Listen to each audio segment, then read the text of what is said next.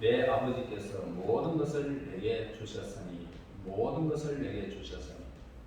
자, 우리는 저 지난주에 예수님이 저주 없이 이렇게 주저없이 이렇게 똑당지 그런 선언을 하신 것과 예수님이 아버지를 우리에게 계시해 주지 않으면 아무도 하나님을 알 수 없다라는 사실을 살펴보았습니다. 이제 우리는 이 27절의 첫 부분에서 계속해서 함께 우리가 한번 더 생각해 보아야 할 것 같습니다. 본절에 나오는 이 하나님의 아들은 신약 성경의 중심입니다. 아니 신구약의 중심이요 태초부터 계신 하나님이십니다. 그래서 신약의 이 역사와 가르침의 핵심 바로 예수님이십니다.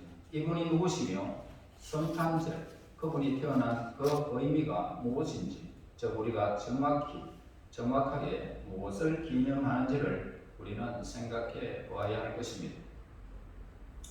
우리들은 이 나사렛 예수라고 그렇게 불리는 이 사람이 이 세상에 온 것을 크리스마스 때에 기념한다라면 그 이유를 우리가 알아야 되지 않습니까?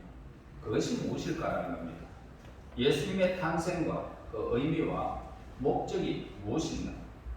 자, 이것이 오늘날 우리들이 살고 있는 이 세상과 우리 각자의 인생살이에 무슨 상관이 있을까? 이 문제입니다.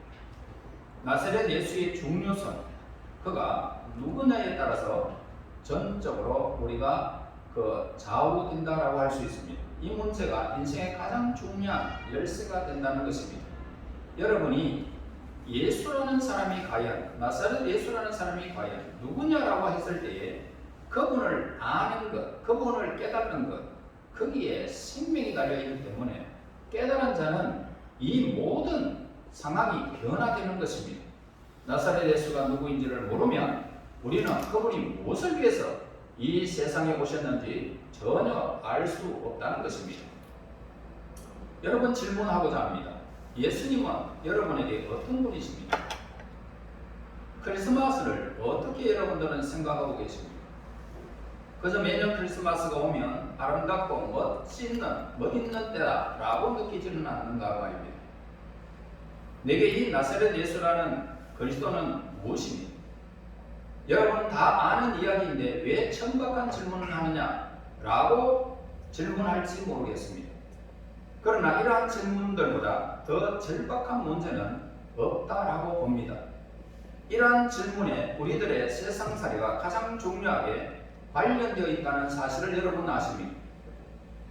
우리가 예수 그리스도에 대한 이 사실을 알아야 하고 그분이 누구신지를 아는 것은 신자의 체험으로 들어가는 중요한 일이기 때문입니다. 여기서 출발하지 않고는 어떤 체험도 우리에게는 아무런 가치가 없습니다. 이신을 쫓아내고 병든 자가 살아나고 수많은 일들이 벌어져도 오늘 예수 그리스도를 아는 이 체험이 없이는 여러분들은 아무것도 아니라는 것입니다. 우선 예수님이 자신에 대해서 내세우신 엄청난 주장에서 우리 한번 출발해 보자고 합니다. 예수님의 주장은 뭡니까? 내 아버지께서 본문에 말씀하죠. 내 아버지께서 모든 것을 내게 주셨으니 아버지 외에는 아들을 아는 자가 없다라고 선포하셨습니다. 이것은 어마어마한 주장입니다. 여러분 한번 생각해 보세요. 일개 나사렛이라는 동네에 한 청년이 내 아버지라고 하나의 하나님, 만주의 하나님이 내 아버지라고 합니다. 얼마나 엄청난 주장입니까? 이제 이 말씀을 전반적인 상황을 재구성해 보겠습니다. 우리는 그 당시 예수님을 한번 여러분들은 생각해 보고 그 상황, 그 시대적인 배경에서 예수님을 한번 생각해 봅시다. 그는 한 인간으로 우리가 보여졌습니다. 그래서 그는 자기를 따르는 무리들에게 둘러싸여 있다는 것입니다. 그 무리들은 그분의 가르침을 따라 다니면서 그분의 말씀을 듣고 있습니다. 그 무리들은 이분이 행하신 일들을 보았던 것입니다. 그런데 지금 이 본문에서 모든 것이다 라고 제한이 없는 것을 가리키면서 자신에게 부여된 사실을 선포하신 분은 도대체 누구냐는 말입니다. 누굴까? 그래서 그분은 베들레헴이라고 불리는 작은 마을에서 태어났습니다. 그의 출생에는 매우 이상하고 특이한 점이 발견되어집니다. 그분의 모친은 누굽니까? 바로 미혼모입니다. 이 미혼모. 어느 남자도 그 여인을 관계를 하지 않은 아주 순수한 처녀였다는 것입니다. 그런데 그 그녀가 그냥 하나님의 성령으로 잉태를 하여 그리고 출산한 이런 미혼모라는 것입니다. 그런데 그녀는 요셉이라는 사람과 정혼한 사이였지만은 결혼하지 않고 남녀의 부부관계도 맺지 않았습니다. 그녀와 요셉은 다윗의 집 족속인고로 세금을 내고 호적을 하기 위하여 함께 베들레헴으로 가게 됩니다.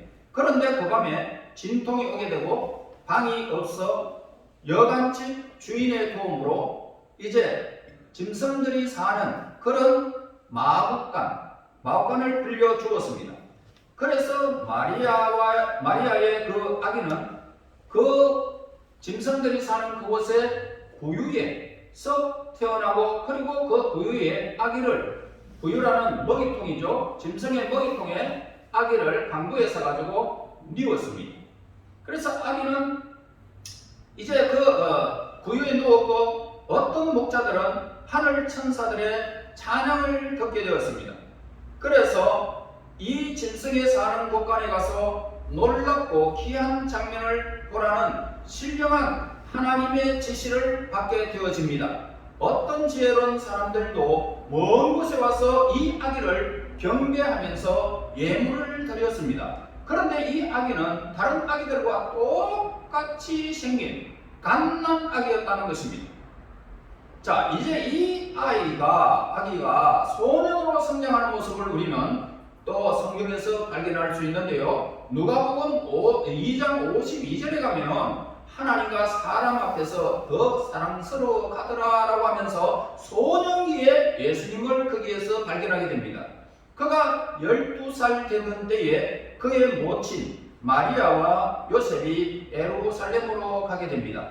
그만 무리 속에서 아이를 찾지 못한 채 헤매다가 예루살렘 성전에 가서 그만 그분을 발견하게 됩니다. 그래서 이 아이는 율법학자들과 토론을 벌이면서 그들의 질문에 답변을 하고 있었습니다. 그는 그 모든 듣는 사람들을 크게 놀라게 했던 것입니다. 마리아는 그에게 고중을 합니다. 이렇게 대답합니다. 왜 여기 있느냐? 라고 했을 때에 누가복음 2장 49절에서 내가 내 아버지 집에 있어야 될 줄을 알지 못하십니까? 라고 반문하게 됩니다. 그 후에 18년 동안 예수님은 나사렛이라는 동네에서 목수 일로 그리고 아버지 일을 도우셨습니다. 그런데 바로 이 30세가 되자 갑자기 공적 사역에 뛰어들게 됩니다. 공사역. 그래서 그가 행한 일들은 그 백성들을 깜짝 놀라게 해버렸습니다. 심지어 율법의 박사들도 처음에는 예수님에게 매력을 느끼고 그의 말에 늘 경청했습니다. 무리들은 그가 다른 인간들과 똑같은 사람이라는 것을 알면서도 그에게는 신비한 무엇이 있다라고 느낀 것입니다. 이러한 예수님이 본문에서 사람들에게 둘러싸인 사람들에게 이렇게 말씀합니다. 내 아버지께서 모든 것을 내게 주셨으니 라고 그렇게 선포하셨던 것입니다. 그런데 이분은 철저한 가난 속에서 목수이라는 것은 지금 가장 천박한 직업이었던 것입니다. 그러면서 그렇게 태어났습니다. 예수님은 평범한 일반 목수였었고 또 학교에 다니거나 학문을 연구하거나 무슨 특별한 훈련을 전혀 받은 적이 없이 그냥 일상생활만 했던 사실을 기록하고 있습니다. 그래서 그는 갈릴리의 평민이었다는 것입니다. 그럼에도 그는 내 아버지께서 내게 모든 것을 주셨으니 라고 선언하셨어요. 그래서 하나님을 누구라고요? 내 아버지다 라고 자신의 하나님의 아들이라는 사실을 밝히고 있습니다.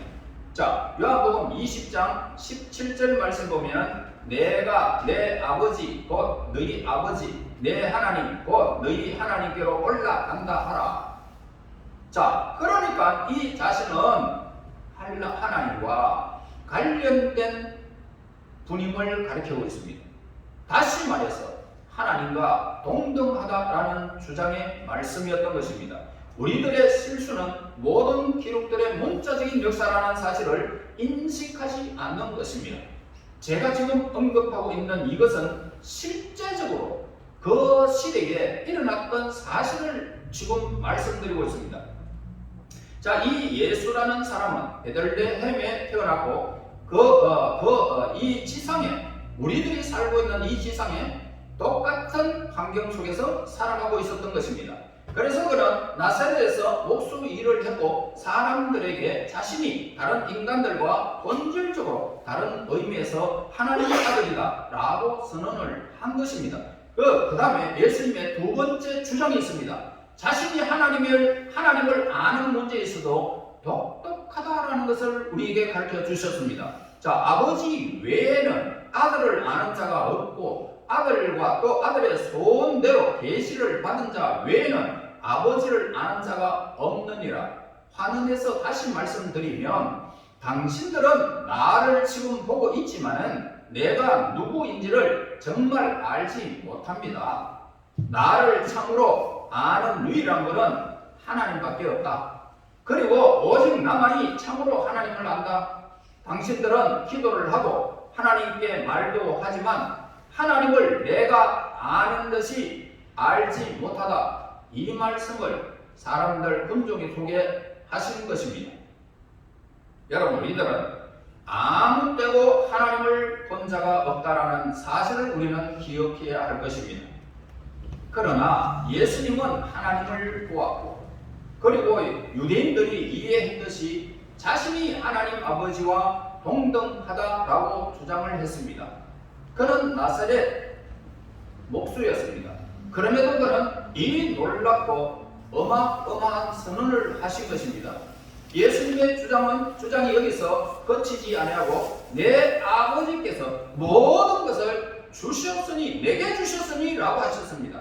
그러니까 이 세상 저거와 이 시간 저거와 이 역사 저거와 하늘과 땅과 지옥과 천국 모든 만물이 하나님 아버지로부터 예수님께 넘겨졌다는 것입니다. 아멘. 얼마나 어마어마한 주장입니다. 자, 이 질문을 다시 하나의 질문으로 우리 한번 다시 받아보자는 겁니다. 어째서 사람들이 그분을 아직 알아보지 못했을까? 라는 질문을 하게 됩니다. 예수님의 주변에 있었던 그의 동시대 사람들은 그를 믿지 않았습니다. 예수님의 주장을 받아들이지도 않았습니다. 만약 그를 믿었더라면 그들은 자신들을 즉각 예수님께 복종했을 것입니다. 이 세상의 관원들은 그분을 몰랐던 것입니다. 바울은 고린도전서 2장 8절에서 이렇게 말합니다. 만일 알았더라면 영광의 주를 십자가에 못 박지 아니하였으리라 라고 했습니다. 그러기에 예수님을 몰랐던 것입니다. 그들은 예수님의 주장은 들었지만 이렇게 말합니다. 그는 사기꾼이다. 죽어야 돼. 십자가에 못 박아버려. 거기에 당대의 최고의 사형 형틀이 십자가였기 때문에 최고의 극형을 취하라는 것입니다. 사람들은 그렇게 했습니다. 그 시대나 지금이나 만약 예수님이 하나님의 아들이었다면 왜 온 세계가 그분을 믿고 따르고 복종하지 않느냐라는 것입니다. 우리 역시 유대인들이 무리 속에 끼어서 예수님의 주장을 들었다면 그분의 선언이 과장되어졌다라고 느꼈을 것입니다. 만물이 자기 손에 넘겨졌고 자신이 이 온 우주의 통치자이며 자기 능력 아래 온 세상이 들어있다라는 이 예수님의 주장은 도무지 불가능한 말로 들렸을 것입니다. 왜 그렇습니까? 이 엄청난 주장을 하신 분은 죄 많으신 우리가 똑같은 육신의 모양으로 오셨기 때문입니다. 그의 출생은 종의 모습이었기에 아주 낮은 신분이었습니다. 이 세상에 예수님처럼 태어난 사람은 없을 것입니다. 혹시 다리 밑에서 주워왔다는 소리를 많이 들었죠?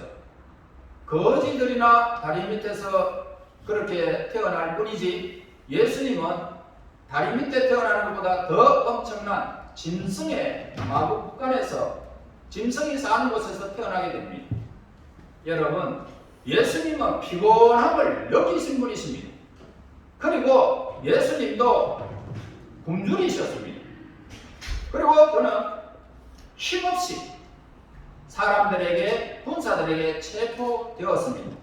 그는 십자가에 하염없이 연약한 모습으로 십자가에 못 박혔고 극도의 무력함과 수치와 불명예 속에서 많은 사람들이 네가 하나님이거든 거기에서 내려오너라.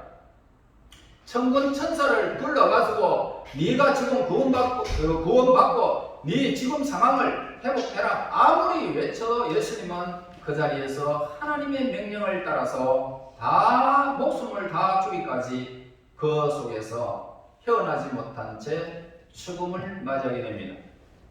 그래서 사람들은 그의 주장을 믿기 어려웠던 것입니다.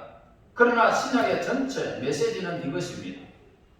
예수님이 이 세상에 오셨을 때에 그는 자신의 영광을 감추고 자신을 완전히 비워버렸습니다. 그분은 영원한 영광을 뒤로 두고 인간의 모습으로 오셨지만 자신을 더욱 낮추셨습니다. 그래서 성경을 읽어보면 두 가지 현상이 계속적으로 반복되는 것을 우리가 알 수 있는데, 예수님은 동시에 자신을 드러내셨고 또한 숨기시는 모습을 늘 성경에서 보게 되어집니다. 영원하신 신성을 가지신 하나님이 자신을 육신으로 가리우시고 인간의 본성 속에 숨겨 계신다는 이것은 너무나도 모순이라는 것입니다. 그럼에도 예수님은 이 세상에 오셨습니다. 부끄러움을 개의치 않으셨습니다. 이것이 온 세상이 예수님을 인정하지 못하는 한 가지 이유라는 것입니다. 우리들이 예수님을 인식하지 못하는 또 하나의 이유가 그를 기존 사상과 편견의 눈으로 보기 때문입니다. 만약 하나님이 지상에 오셨다면 그 광경은 더욱 장관일 것입니다. 어떤 바보도 그분을 알아볼 것이라는 것은 일반적인 논리입니다.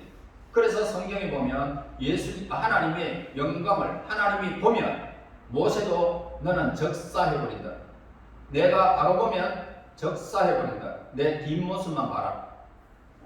그리고 모세를 꽉 눌러버리고 지나가면서 하나님의 영광을 보게 되어집니다. 여러분, 오늘 우리가 하나님이 영광중에 임하면 어느 누구도 살아남지 못합니다. 왜냐하면 죄의 삭은 사망이기 때문입니다. 하나님은 죄와 상관이 없으신 분이시기 때문에 죄를 지은 사람은 반드시 죄의 대가를 받게 되어 있는 것입니다. 그러기에 우리가 하나님을 직접 볼 수가 없는 죄로 물든 인간이기 때문에 하나님은 직접 우리를 대면하지 않으신 것입니다.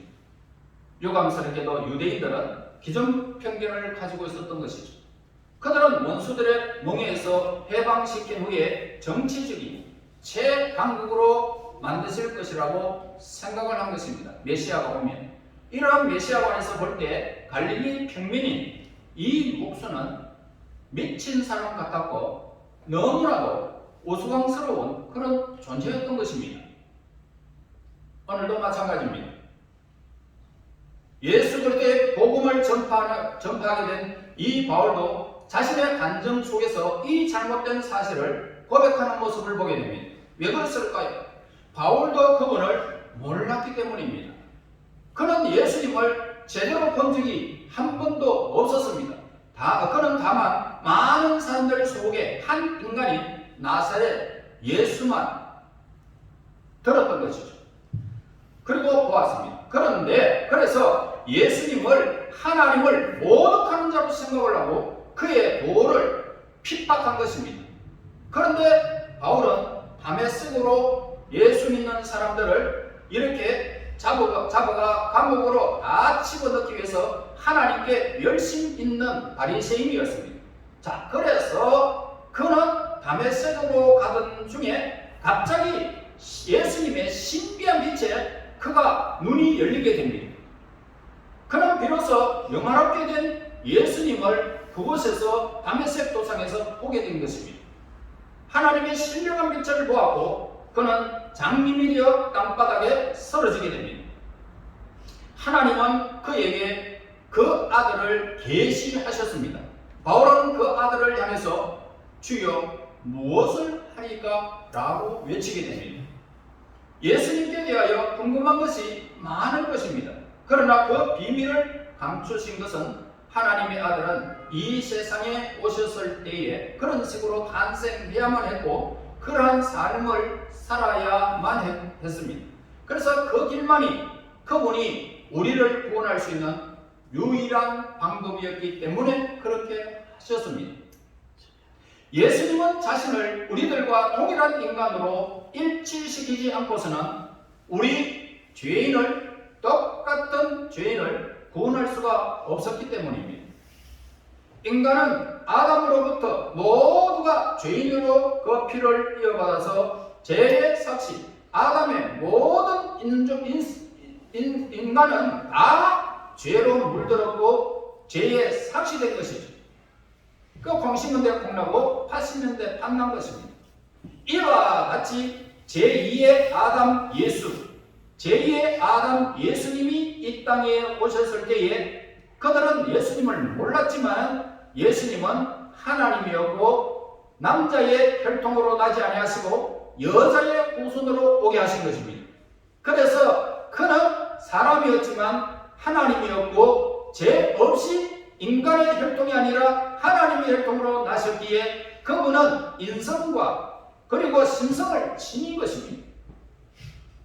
그래서 예수님이 육체적으로 죽음을 당했을 때에 아담의 모든 후손이 죄인된 것 같이 예수님을 믿는 모든 하나님의 백성들이 의인이 된 것이고 하나님의 자녀가 된 것이고 천국 백성이 된 것입니다. 할렐루야.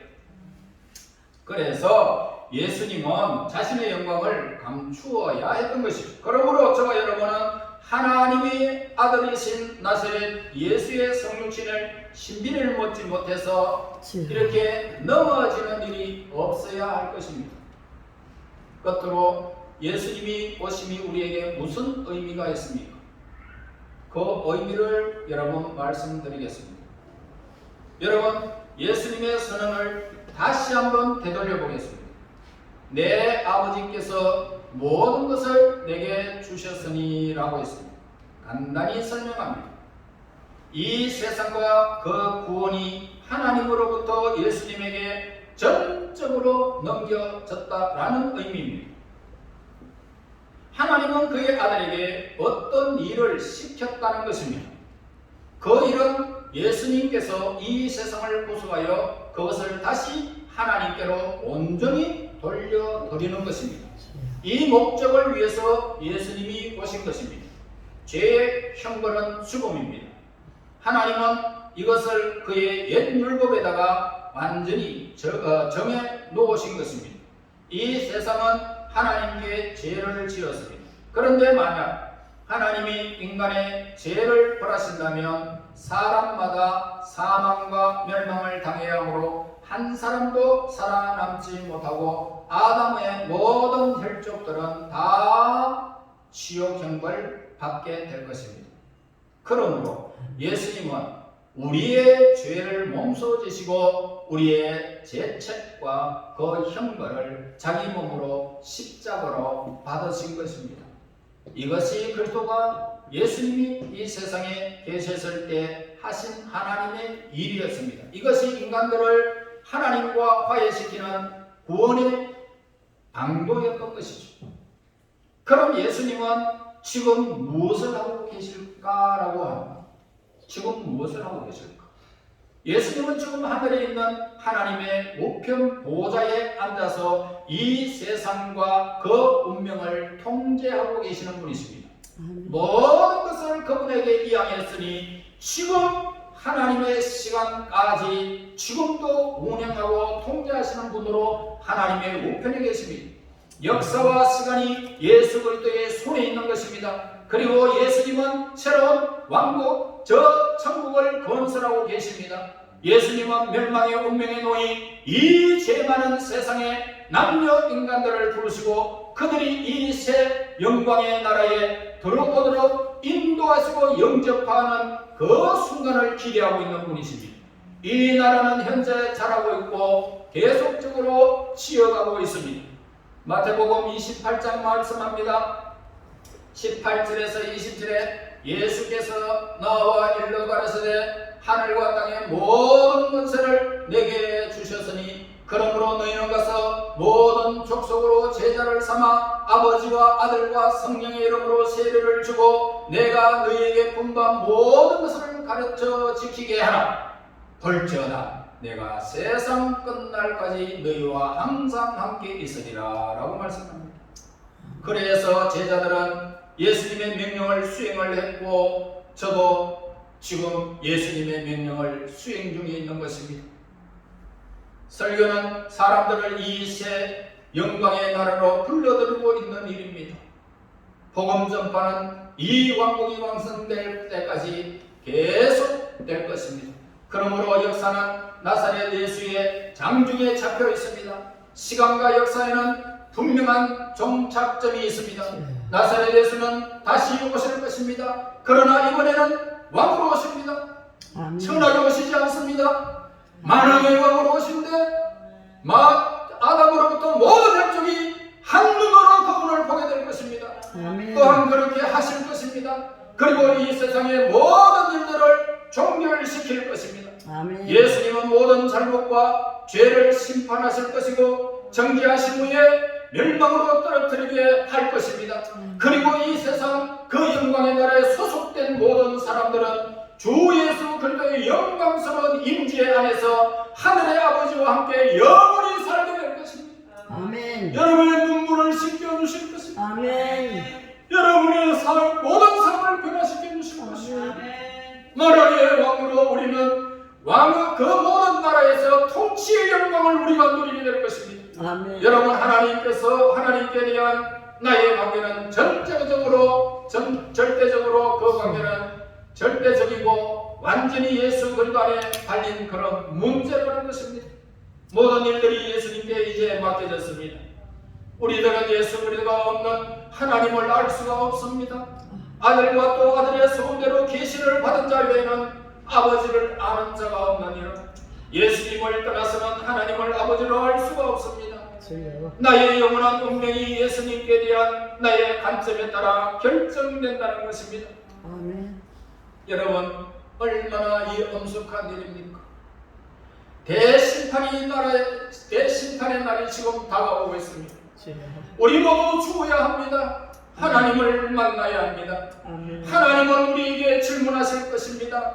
우리는 답변해야 할 것입니다. 내가 그를 세상에 보냈고 그는 기꺼이 갔었다. 그는 베들레헴의 아기로 태어나 구유에 누워졌다. 그는 말씀을 전하셨고 기적을 행하셨고 십자가에서 죽었고 다시 살아나셨다. 나는 그에게 나의 모든 구원을 다 맡겼노라. 그는 십자가 위에서 자신의 사역을 다 맡겼고 너는 그를 믿었느냐? 라고 우리에게 질문하게 될 것입니다. 믿었느냐? 우리들의 영원한 운명을 결정하는 판정하는 것은 나사렛 예수와 갖는 우리와의 관계라는 것입니다. 따라서 나의 작은 생명도 예수님의 손안에 맡겨져 있다는 것입니다. 아멘. 여러분 예수님께서 이 일을 맡기로 수락하신 것입니다. 그것은 고난과 조롱과 수치를 의미하고 있습니다. 여러분 그것은 십자가의 죽음을 의미합니다. 그렇지만 결국 순환 후에 예수님은 승리를 외칠 수 있었습니다. 다 이루었다 했습니다. 다 이루었다. 아멘. 구원을 다 이루었다. 내가 주신 모든 것을 내가 다 이루었다. 다 이루었다는 것입니다. 그는 하나님의 약속된 구속을 완전히 이루신 것입니다. 이 사실을 믿는 자들과 예수님을 믿는 모든 사람들은 영원히 구원을 받게 될 것입니다. 아멘. 여러분 예수님을 믿으십니까? 아멘. 이 확실한 사실을 여러분 아시고 이 영원한 삶이 여기에 달려있다는 것입니다. 예수님만이 있습니다. 예수님을 믿으십시오. 아멘. 여러분 하나님께서 약속하신 구원의 영광, 우리 예수님이 오실 때에 만왕의 왕으로 우리를 하나님의 자녀의 권세를 받은 자들을 영접하여 드리는 그날까지 예수님을 증거하며 우리의 삶의 최고의 우선권을 삼으시고 그 영광을 사모하며 모든 것을 주신 그분을 믿고 살아가는 하나님의 사람들이 되시기를 예수님 이름으로 축원합니다. 하나님을 감사합니다. 영광의 주님, 저희들 부족하고 못난 저희들을 위하여 십자가에 죽으시고 하나님 부활하시고 하나님 우편에서 저리로서 산자와 죽은 자를 심판하러 오실 줄 믿습니다. 그날까지 우리의 십자가를 지고 예수님을 따르는 자들이 되기를 원합니다. 주여 곁을 향하여 그 위에서 보는 상을 위하여 쫓아 그 영광의 주인공들이 될 수 있도록 인도하여 주시옵소서. 예수님 이름으로 기도하옵나이다. 아멘. 480